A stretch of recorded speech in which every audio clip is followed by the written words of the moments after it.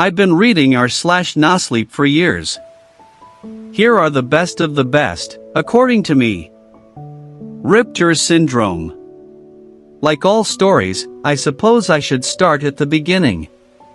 My name's Perry Kears, I'm 37 years old, work in education and usability, weird combo, I know, and I like hard rock and big band jazz. I enjoy playing darts, cooperative games, and playing rounders. Oh, and I'm married. Though, I suppose I might as well not be. Sorry, I suppose that's not really the beginning at all. Let me try again. My wife, Alice, and I had been married for 5 years when the troubles started. Now, I don't believe in the supernatural per se, at least not rationally. Having studied psychology as part of my educational program, I do however believe in the power of the psyche to create incredibly elaborate traps for itself to get lost in. I suppose the closest thing I can come to think of the paranormal is how an otherwise seemingly healthy brain starts to put itself through impossible puzzles and challenges, without having any real motivation for doing so. I want to make it perfectly clear right now that my wife had no history of mental illness, no abuse, no need to hide or compensate for things in her life and her psyche. Hell, it took me almost a year before I ever even heard of Ripter Syndrome. Have you? I'm not surprised if you haven't, it seems it's incredibly rare, and not considered an actual disease.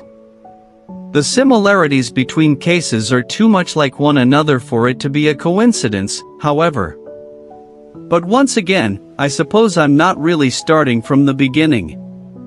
Alice worked with children with learning disabilities, aged 10 to 16. She was very patient and, quite honestly, put me to shame in her ability to explain things in easy-to-understand ways.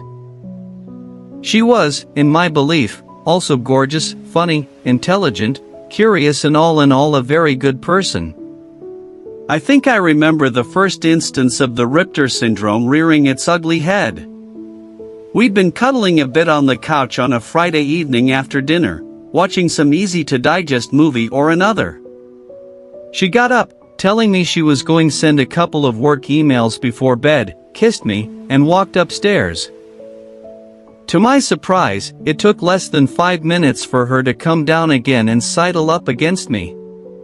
She seemed a bit perturbed by something, but I shrugged it off. Done already, hon? No, I think the computer's broken. There's something weird going on with the screen. A big line or tear or something straight across. I groaned in my mind. A broken monitor, while not a huge expense, is still annoying as hell. Especially considering it wasn't that old. I didn't think any more of it until the next morning. I got up first, as I usually do, letting her sleep in. Figuring to get a head start, I went and turned on the stationery in our joint workroom to see if I could see what's wrong, and how big an issue it was. Considering Alice got no work done, I figured it was big. But fiddle as I might, I couldn't find anything wrong with it. Chalking it up to a graphics glitch or similar, I made a mental note of cleaning the inside of the chassis, and went to make breakfast. Apparently, the effects of Ripter Syndrome are compounded over time, so it starts out slow, then accelerates exponentially. The next incident, if you can even call it that, didn't happen until, I don't know, 4 months later? We were once again on the couch, cuddling and watching a movie. She's got her arm up behind my back, absently playing with the hair on the back of my head. She often does this, and I love it, but this time, after fiddling around a bit, she would repeat the same motion, a downward stroke with 2 fingers, then a swipe right-left, then left-right, as if covering up the downward stroke. Rinse and repeat. At first I didn't react to it, but after she'd been doing it for a good 10 or 15 minutes, I got curious. Hon, why are you combing the same spot over and over? What do you mean? She looked at me in askance, apparently not understanding the question. Well, you've been sort of combing over the same spot on the back of my head for about a quarter of an hour now. Do I have something in my hair? Oh, no. I think you have like a straight patch where you're losing a bit of hair. A straight patch? Yeah, like a line. Untangling myself from her, I felt around on the back of my head, but couldn't find any area where the hair was thinner. You sure? Yeah, she said, touching me on the back of the head again. A pause, a bit of fiddling, then I can't feel it anymore. I must have imagined it. Yeah, I suppose. It struck me as weird, but hell, we're entitled to that, aren't we? Next time was a couple of months later, after which things started accelerating. I came home early one day to see her at the dinner table, dejectedly looking down into what looked like a barely touched lunch. At first she didn't react when I called out to her, so I went up to her, gave her a hug and a kiss and asked what was wrong. Oh, hey Perry. Nothing, I went down to the bookstore to return that book I bought last week, because it was damaged during printing or something, and the clerk told me I was just imagining things and that there was nothing wrong. I pointed it out to her, and she started telling me I was nuts and that this was my problem. I asked to talk to her manager about it, and she started calling me crazy and foul things, and to get out of the store. It was just so sudden, it completely killed my mood. The kids are out for a sports day today, so I went home early. I spoke gently to her as I hugged her again, nuzzling her wonderful, curly chestnut hair. It's okay, hon, try not to let it get to you. People like that are horrible, and they're just trying to drag you down with them. Tell you what, why don't we go to the movies tonight, eat out, and just forget about this, and I'll take it down to the store first thing Monday. She smiled then, that lovely, warm smile, and kissed me. I think that was the last time I saw that smile as it should be. Come Monday, I went down to the store, intending to, well, to be honest, I went there intending to start trouble. You don't yell at my wife and get away with it. Not my gentle, loving Alice. Turns out, the clerk at the store and her manager had a different story to tell. They told me Alice had come in complaining that there was a crease or tear in the book, that must have happened during printing, and demanded a new book. The clerk, per procedure, checked the book before intending to dispose of it, but was confused when she couldn't find anything wrong with it. Asking my wife about it, Alice had told the clerk that it's right there, page 32 to 84. So naturally, I opened the book myself, and, well, okay, I hadn't actually checked it before. But flipping through the pages, I couldn't find a single thing wrong with it. The clerk's manager continued the story, saying that when the clerk prompted Alice, my wife had gotten angry and raised her voice, causing the manager to come over. Alice had told them that they were swindlers, and that the book was obviously defective, and that they just wouldn't take responsibility.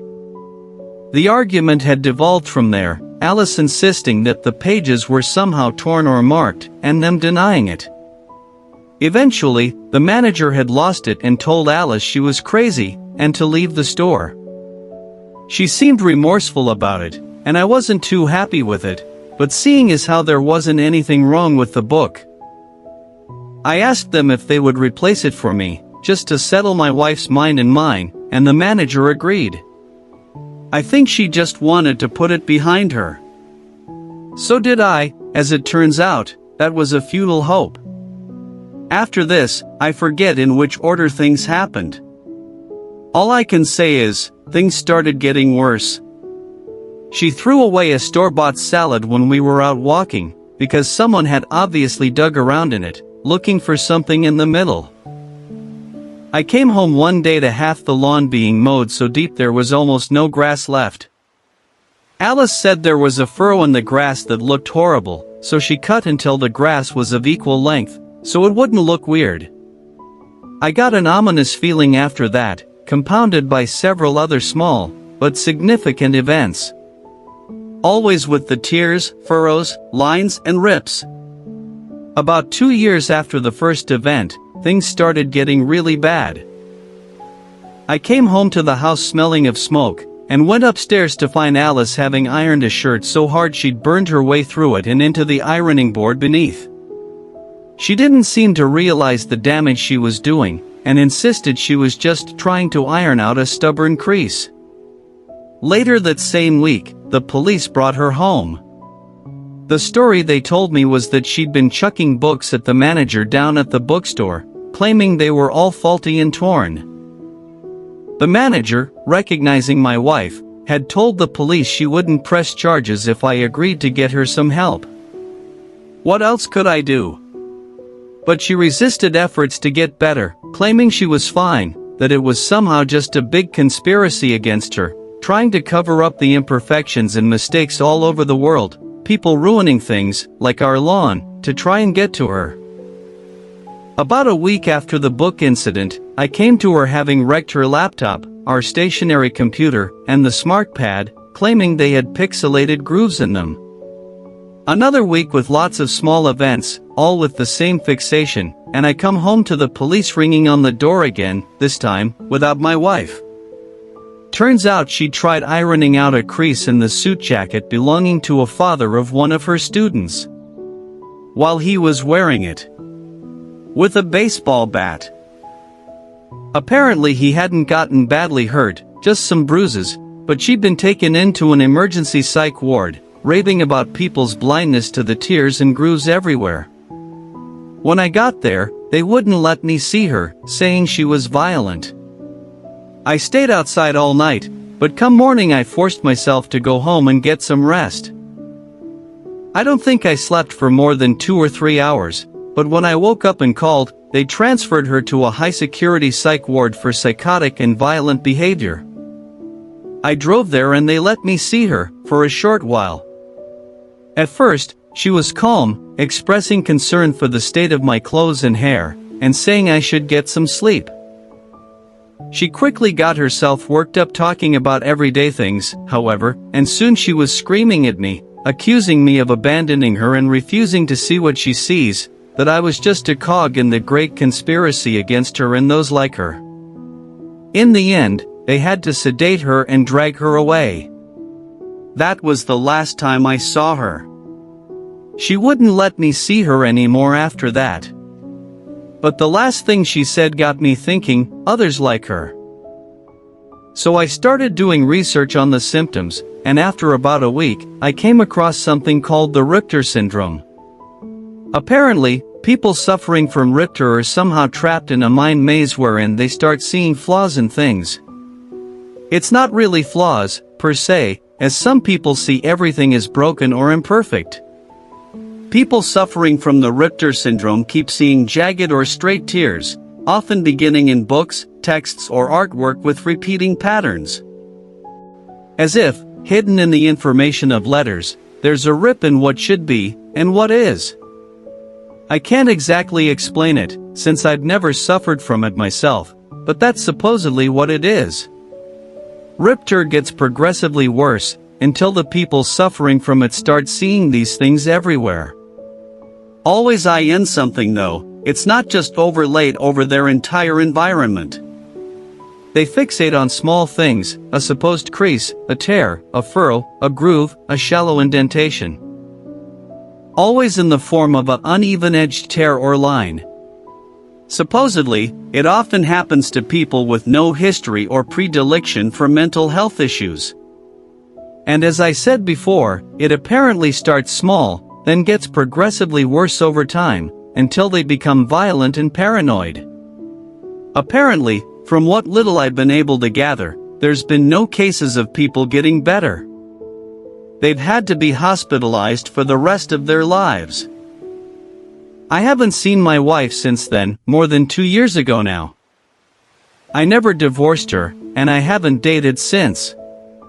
My life moves on, but I just can't forget that fixated mania, the preoccupation with rips in information. It just seems too bizarre. The weirdest thing about Ripter Syndrome is that there's no mention of it existing prior to the digital age, which is why saying that the people suffering from it are hospitalized for the rest of their lives may be a bit premature. It also seems that almost all of the cases have never heard of others suffering from the disease, or read about it, but they still tend to refer to themselves as one of many. That may just be the paranoid psychosis talking, but it just makes me wonder, what the hell causes a healthy mind to develop such a weird fixation? Could you really tell yourself if it happened to you?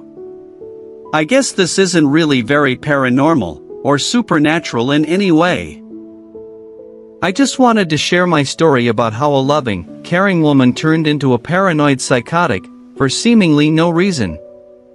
I mourn her, though she's still alive, and I wish I could help, both her and others like her.